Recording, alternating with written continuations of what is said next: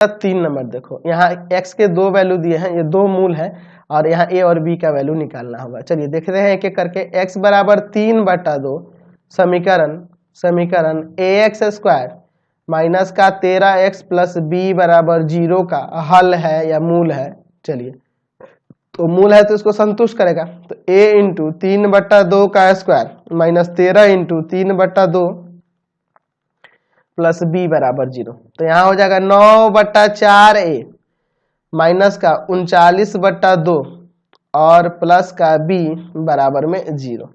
ये ना हो जाएगा आपका।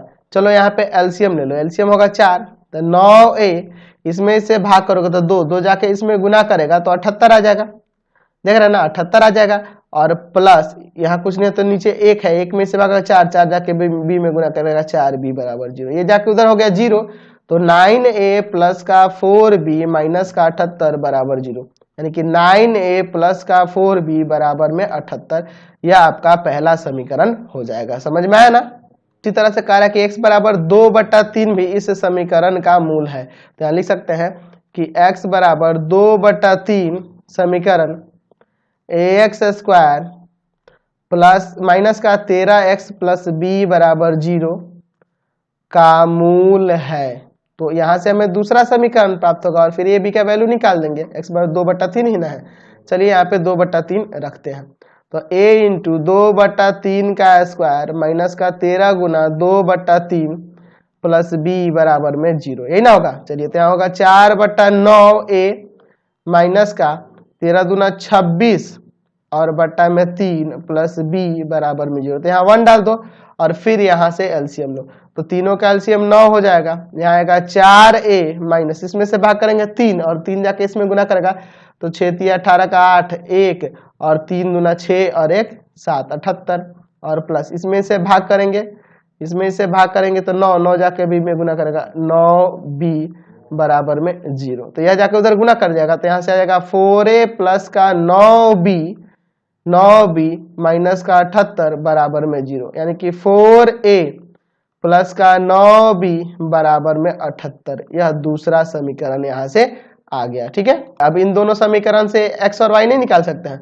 तो देखिए निकालने के लिए एक काम करो, एक काम करो, दोनों में से या तो b a और b निकालना है ना, तो आप a b निकालने के लिए किसी एक को सेम करना होगा। जो समीकरण 1 में गुना कर दो 9 से और समीकरण 2 में गुना कर दो 4 से, ताकि b वाला सेम हो जाएगा। तो 9 में समीकरण 1 से गुना करोगे तो 9 81 और 4 9 36, तो हो जाएगा लिखेंगे समीकरण 1 तथा 2 से।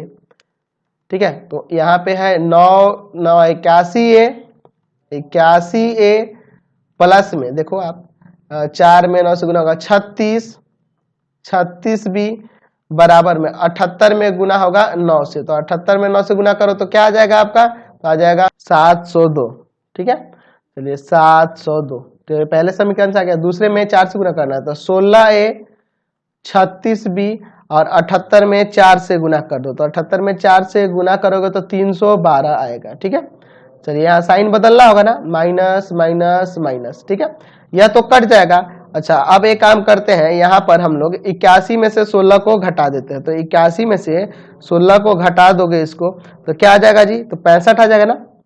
65a बराबर में यहाँ है 702, 702 में से 312 को घटाना है, तो 702 में से 312 को घटा दो तो कितना आ जाएगा, 390 आ जाएगा। इसको भेज देंगे भाग में, तो यहाँ से हो जाएगा आपका कितना, तो 390 और बटा में 65। ठीक है, तो भाग कर देंगे 65 से, तो कितना बार में कट जाएगा, 6 बार में कट जाएगा क्या, तो यहाँ से a का वैल्यू आपका 6 आ गया।